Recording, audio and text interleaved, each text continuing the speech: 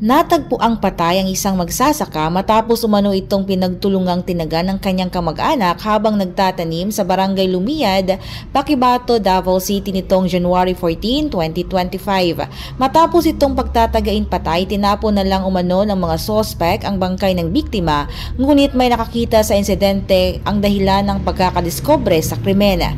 Sa isang panayam sa asawa ng magsasaka na si Elsa Fasciol, hindi totoo na ang kanyang asawa ang unang nakipag-away sa kanyang kapatid taliwas sa unang nailabas na ulat.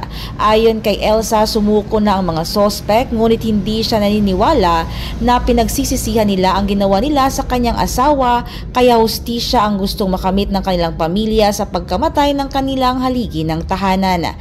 Isa sa ilalim din sa autopsy ang bangkay ng biktima para mas mapalalim pa ang investigasyon ng mga otoridad. Mula dito sa Davao City, Charis Bastaso Kaitin para sa Radyo Alternatibo Balita Nationwide.